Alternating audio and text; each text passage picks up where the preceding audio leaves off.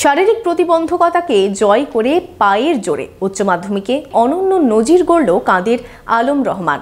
মাধ্যমিকেও নজর কাড়া ফল করেছিল এই কৃতি ছাত্র। আলমের ইচ্ছে মহাকাশ নিয়ে পড়ার। বহরমপুর শহরেই 4 star deluxe premium hotel with luxury and comfort golden retreat. এখানেই জেলার একমাত্র ডিস্কোথেক, আছে রেস্টুরেন্ট, লাউঞ্জ বার, অত্যাধুনিক gym, spa, swimming pool, club মেম্বারশিপের সুযোগ। বহরমপুর শিল্প তালুকে গোল্ডেন রিট্রিট। আকাশ ছোঁয়ার ইচ্ছে থাকাটা খুব দরকার। ইচ্ছের জোরেই যে কোনো প্রতিকূলতাকে কাটানো সম্ভব। তেমনি জীবনের প্রতিবন্ধকতার মতন প্রতিকূলতা কাটিয়ে নজিরবিহীন ঘটনার উদাহরণ তৈরি করলেন মুর্শিদাবাদের এক পড়ুয়া। চোখে তার হাজারো স্বপ্ন, মনে অটুট ভরসা। সেই ভরসা এবং কঠোর পরিশ্রমকে সঙ্গী করে আবারও সাফল্যের মুখ দেখল মুর্শিদাবাদের আলম রহমান।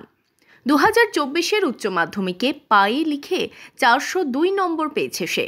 পায়ের জোরে 80.4%। কিন্তু এই আলমের সাফল্যের পেছনে অবদান সবার। তাই পিছিয়ে পড়লে হবে না, পরিশ্রম করলেই ফল আসবে। আমি বলবো পিছিয়ে গেলে হবে না, পরিশ্রম করলেই ফল আসবে। মাধ্যমিকের পর থেকে কান্দিতে গিয়ে ভর্তি হয়েছিলাম। ওখানেই শুরু করি 11-12-এর পড়াশোনা। দিয়ে ওখানে কিছু কিছু টিউশন টিচার ছিল যারা আমার একবারেই মাইনে নিত না, কেউ কেউ আবার হাফ মাইনে নিত। তো ওরাও আমার জীবনে কঠিন অধ্যায়ের পাশে ছিল। তাছাড়া কিছু বন্ধু ছিল, আবার কিছু কিছু টোটোওয়ালা যারা টাকা নিত না, কোথাও টিউশনে দিয়ে আসতাম। আবার আরও অনেকজনকে পেয়েছি পাশে। এভাবেই উচ্চ মাধ্যমিকে পড়াশোনা করে এরকম রেজাল্ট করতে পারলাম। আলম ছোট থেকেই প্রতিবন্ধকতার শিকার। জন্মের পর স্নায়ু রোগে আক্রান্ত হওয়ায় 2 হাতই তার অকেজো। তাহলেই বাকি রাস্তা কখনো বন্ধ হয়? উত্তর হয়তো না, হয় না।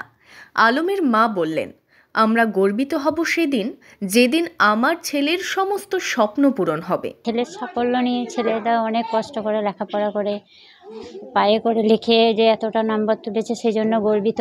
কিন্তু এখনও ঠিকমতো আমরা গর্বিত হতে পারিনি, কারণ ছেলের স্বপ্ন যেদিন পূরণ হবে সেই দিন আমরা গর্বিত হব। প্রতিবন্ধী সম্মেলনের সম্পাদক উনি বছরে 25,000 টাকা দিয়ে সাহায্য করেছেন, আর আমাদের এক আত্মীয় সাহায্য করেছেন। এইরকম সাহায্যতে আলম এগিয়ে গেছে। সারা বছর আলমের নার্ভের ওষুধ চলে, দামি ওষুধ, এবং সেই সমস্ত ওষুধ কেনার জন্য অর্থ উপার্জনকারী সংসারে একজনই। তিনি আলমের বাবা ফিরোজ মোহাম্মদ।